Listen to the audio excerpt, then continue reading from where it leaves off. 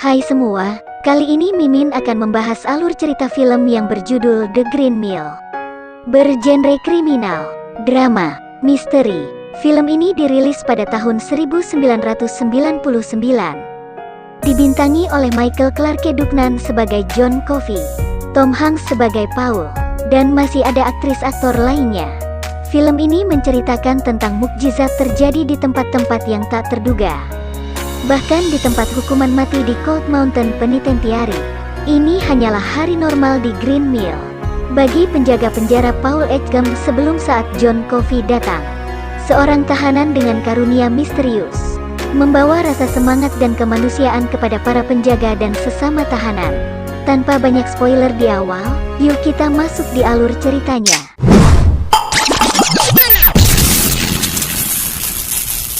Badan pria ini dipenuhi dengan darah, sambil kedua tangannya memegangi kedua anak yang baru saja meninggal.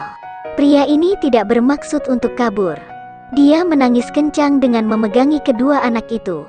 Ayah dari anak itu berlari kemari dengan membawa segerombolan orang dan memukuli pria itu. Orang-orang melerai ayah yang kehilangan kendali itu.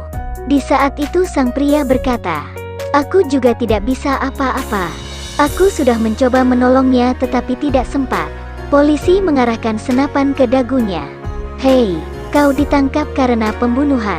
Dengan cepat pria itu ditangkap dan dibawa ke penjara.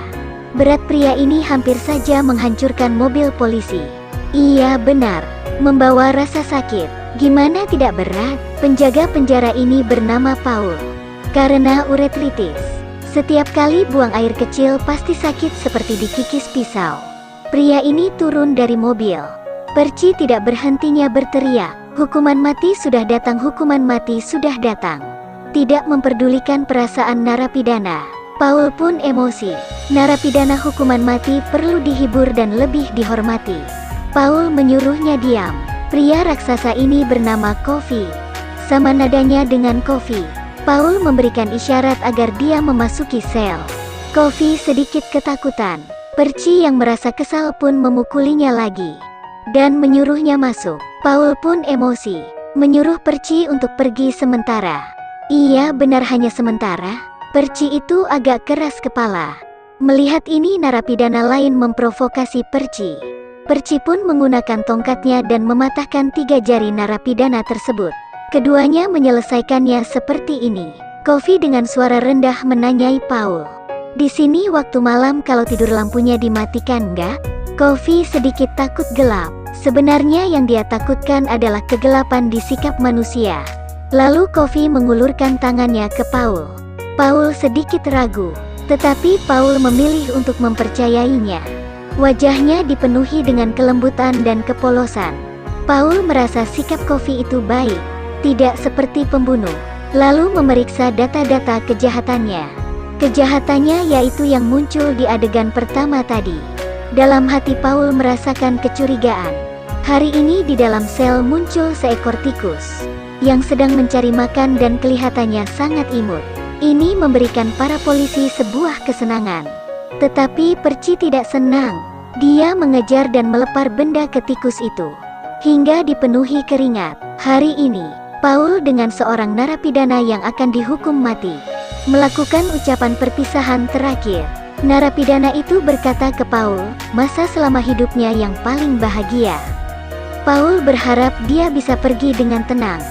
Sebelum dilakukan hukuman mati, dia memangkas abis rambut si narapidana, lalu menutupi kepalanya dengan kain hitam, menggunakan busa dan merendamkannya di air, lalu meremas busa itu di atas narapidana, sehingga arus dengan cepat melewati otak.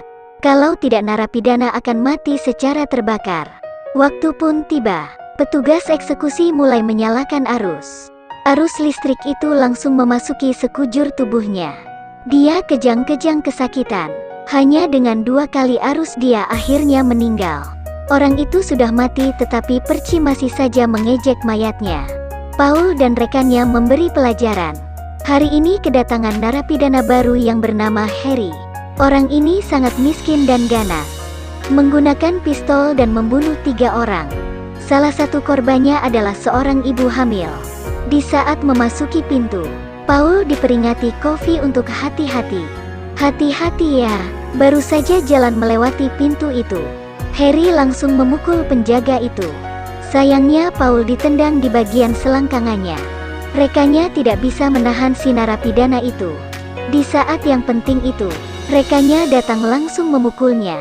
Sekali pukulan lagi, akhirnya dia terjatuh. Paul yang menderita uretritis hanya bisa berbaring di lantai, menahan sakitnya. Di saat itu Kofi memanggil mengatakan dia ada masalah.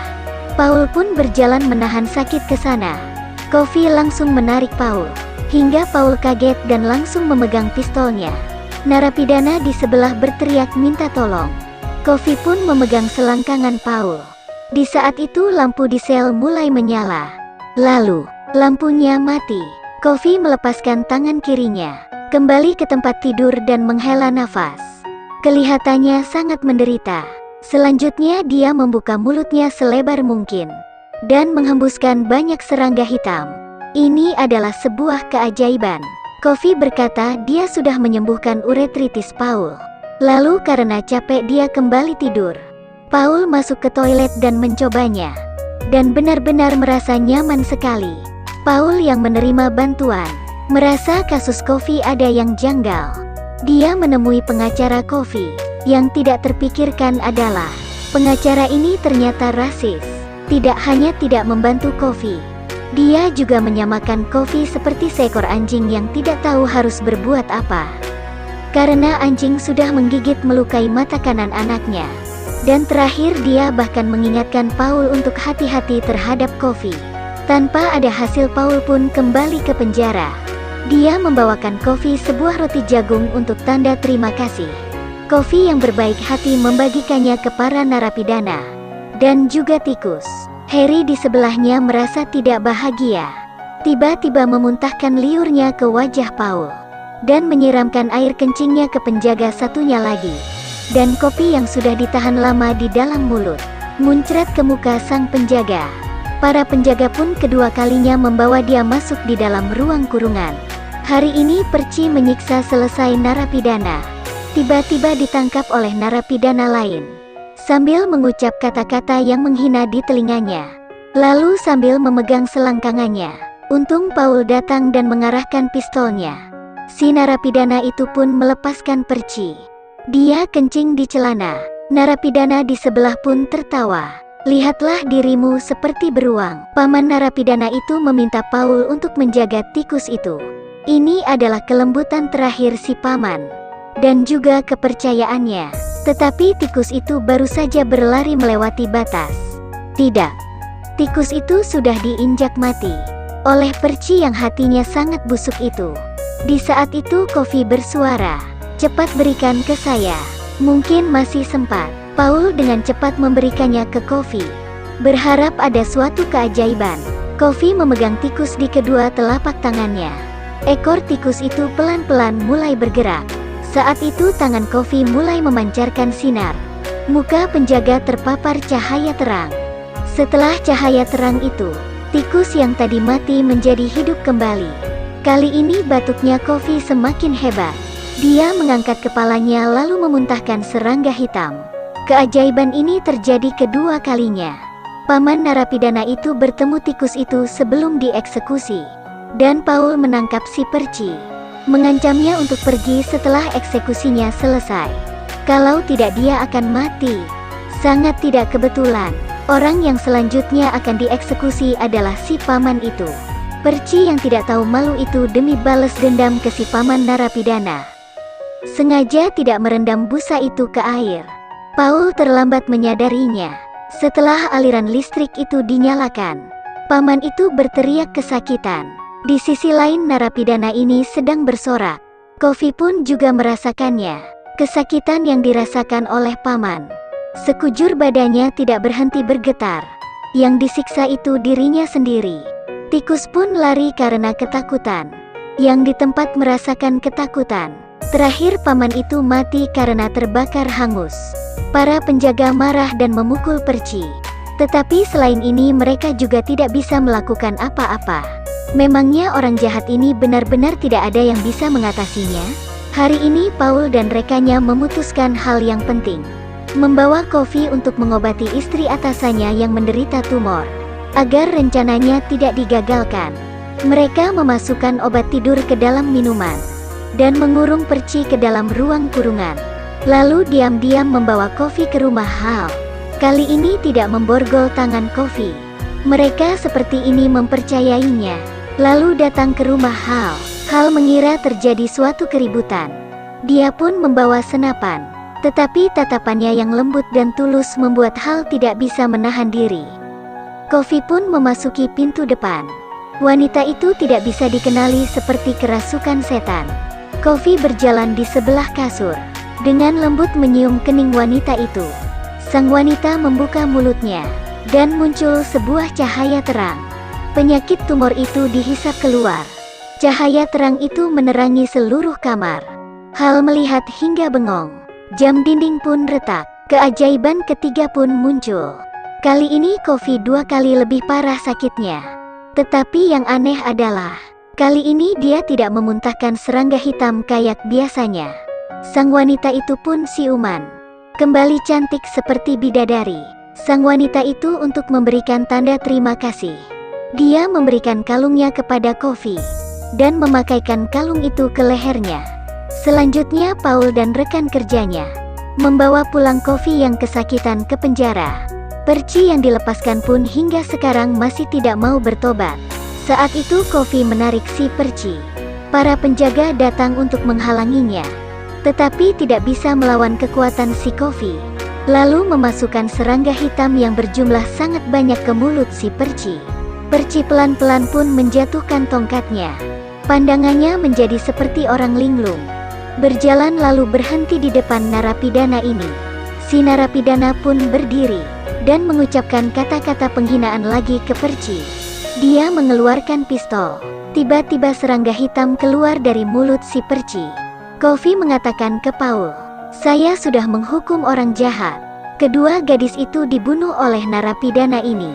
Narapidana itu menggunakan hubungan antara kedua kakak adik itu. "Kamu menyayangi adikmu tidak? Kalau kau bersuara aku akan langsung membunuhnya, mengerti?" Paul yang mengetahui kebenaran itu pun merasa putus asa. Coffee berkata, "Kamu sudah mengerti apa yang kurasakan kan? Aku setiap hari harus merasakan rasa sakit itu." Paul menggunakan kekuatan jabatannya untuk membebaskan Coffee. Tetapi Coffee tidak ingin pergi. "Aku sudah capek. Aku tidak ingin menjadi seekor burung yang terbang sendiri lagi." Iya benar. Dia sudah terlalu capek. Dia tidak ingin menjadi malaikat yang kesepian lagi. Dia sudah muak dengan kelakuan manusia. Harapan Coffee terakhir adalah melihat sebuah film. Dan Paul ingin menonton bersama dengannya. Film musikal yang berjudul Surga. Dia yang larut dalam film itu pun muncul penuh senyuman. Hari ini pun datang.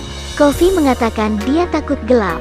Boleh nggak tidak perlu menggunakan penutup kepala. Paul pun memperbolehkannya. Lampu bohlam pun meledak. Pria yang menciptakan beberapa keajaiban ini akhirnya meninggalkan dunia ini selamanya. Setelah mengantar Coffee, Paul meninggalkan penjara.